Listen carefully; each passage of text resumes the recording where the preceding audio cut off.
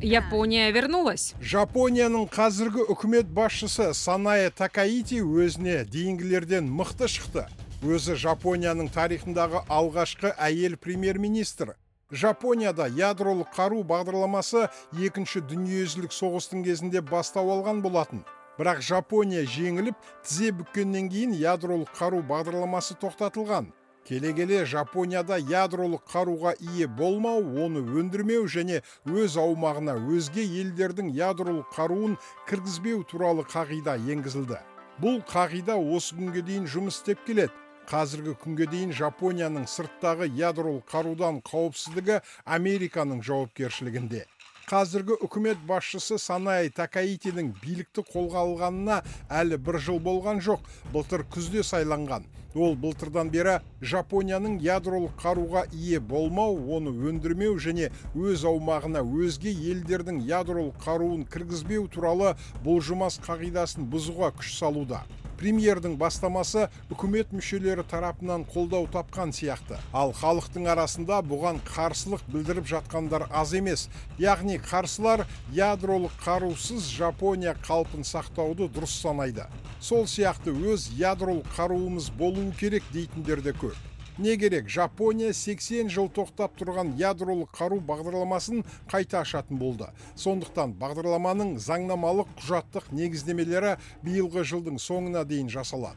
Ұлттық қауіпсіздік, ұлттық қорғаныс стратегиялары және қорғанысқа қабілеттілік жоспары доктринасының жаңа нұсқасы биылғы жылдың соңына дейін жариялануы мүмкін. Жапонияға Ресейден, Қытайдан және Солтүстік Кореядан қауіп үлкен. Олардың бәрі де ядролық мемлекеттер. Жапонияның қауіпсіздігіне Америка қағаз жүзінде кепіл болғанымен іс жүзінде нақты қалай болатынын ешкім болжай алмайды.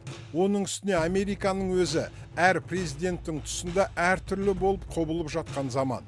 Жапония үшін тұрақты, сенімді өз қорғанысы керек. Сол себепті премьер-министр Санае Такаити өз қызметіне ядролық қару мәселесін көтере келді. Бұған Ресей, Қытай және Солтүстік Корея билігіндегілер алаңдап қарсы пікірлерін айтып келеді. Кез келген елдің ядролық қару жасауына әлемнің ядролық державалар клубының мүшелерінің рұқсаты керек. Жапонияның ядролық бағдарламаны қайта бастауы клуб мүшелері ақш, Ұлыбритания, Франция, Үндістан, Пәкістан және Израиль тарапынан қолдау табуы мүмкін. Клубтың тізімінде Израиль де бар екен. Бұл елде ядролық қару бар деп есептеледі, бірақ ресми расталмайды. Жапонияда ядролық қару жасауға қажетті нәрсенің бәрі молынан жеткілікті. Өйткені ол елде бейбіт атом бағдарламасы жұмыс істейді. Мысалы, ондай қаруға қажетті плутонийдің 44,4 тоннасын дайындап қойыпты. Бұл 5,5 мың ядролық оқтұмсық жасап шығаруға жетеді екен.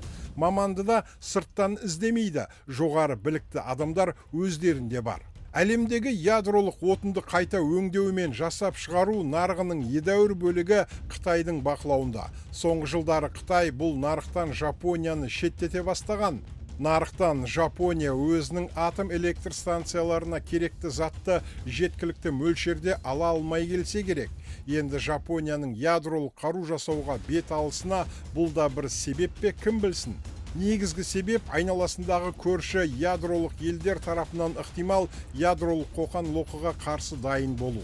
Ядролық қаруға ие болмау, оны өндірмеу және өз аумағына өзге елдердің ядролық қаруын кіргізбеу қағидасын талқыға салатын ештеңесі жоқ. Мұны ұмытатын уақыт жетті деген пікірді Жапонияның қорғаныс министрі Синдзиро Коидзуми де айтып отыр. Яғни ол премьер-министр Санае Такаитидің бастамасын толық қолдайтынын білдірді.